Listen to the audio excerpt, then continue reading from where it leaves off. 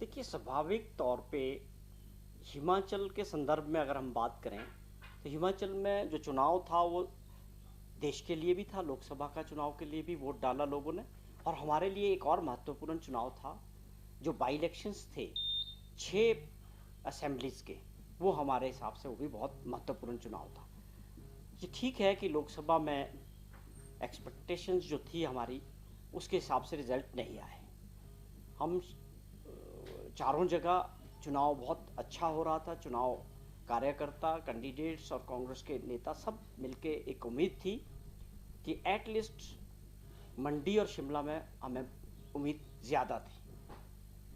वो क्यों नहीं हो पाया, उसके पीछे क्या कारण रहे, इसको लेके पार्टी जो है समीक्षा करेगी, इसकी जानकारी लेगी, फीडबैक लेंगे हर जगह से, कार्यकर्ताओं से, कांग्रेस पार्टी की ब्लॉक कांग्रेस कमेटी से, जो चुनाव लड़े प्रत्याशी उनसे, जो ऑब्जर्वर लगे थे उनसे, सबसे बातचीत करके इस बात का पार्टी प्लेटफॉर्म पे ज़रूर इस पर चर्चा होगी। जहाँ तक मैंने जिक्र किया कि बाई इलेक्शंस हमारे लिए बहुत ज़रूरी थे।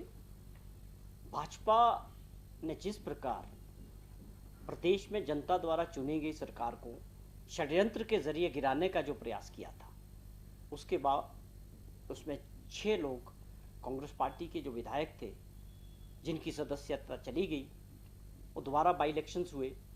उसमें हिमाचल प्रदेश के लोगों ने 4 जगह कांग्रेस पार्टी को समर्थन किया और 4 कैंडिडेट कांग्रेस के जीते।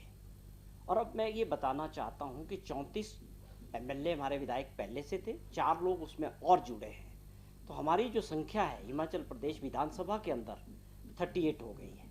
और जो स्ट्रेंथ है इस वक्त हाउस की, वो 65 है, क्योंकि 3 लोगों ने जो निर्दलीय थे उन्होंने अपना रेजिग्नेशन दिया और माननीय स्पीकर साहब ने उनका रेजिग्नेशन 2 दिन पहले स्वीकार किया।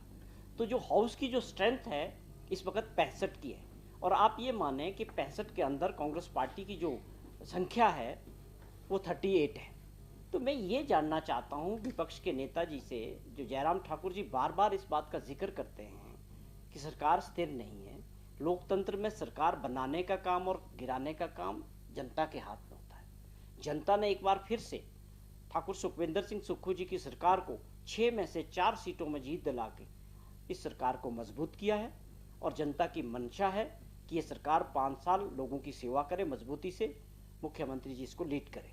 तो इस जनमत को और जनता के फैसला को मैं समझता हूं कि विपक्ष के लोगों को भी स्वीकार करना चाहिए।